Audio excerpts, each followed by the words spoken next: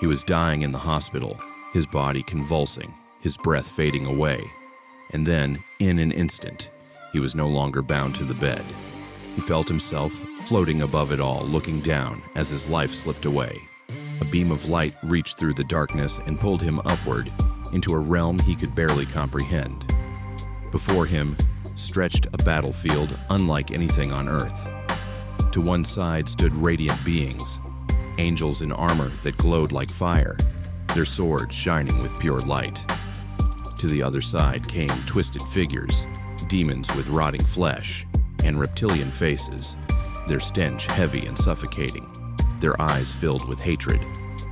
The two forces clashed with a violence that shook the air itself.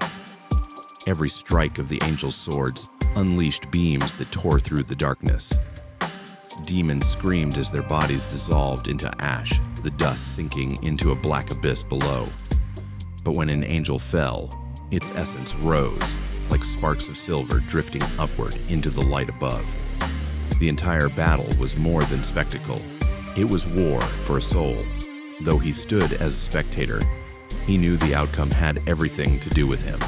The shadows clawed for his spirit, but the angels held their ground, pushing them back again and again. And in that chaos, he felt a whisper, not spoken, but pressed into his being. A whisper of peace, a whisper of belonging. The struggle raged until the light finally engulfed the darkness. The shadows retreated, and he was filled with a presence so overwhelming. He cried out the name of Jesus. In that moment, every ounce of fear left him. He felt love wrap around him, pulling him into safety. And then, just as suddenly, he awoke in his body again.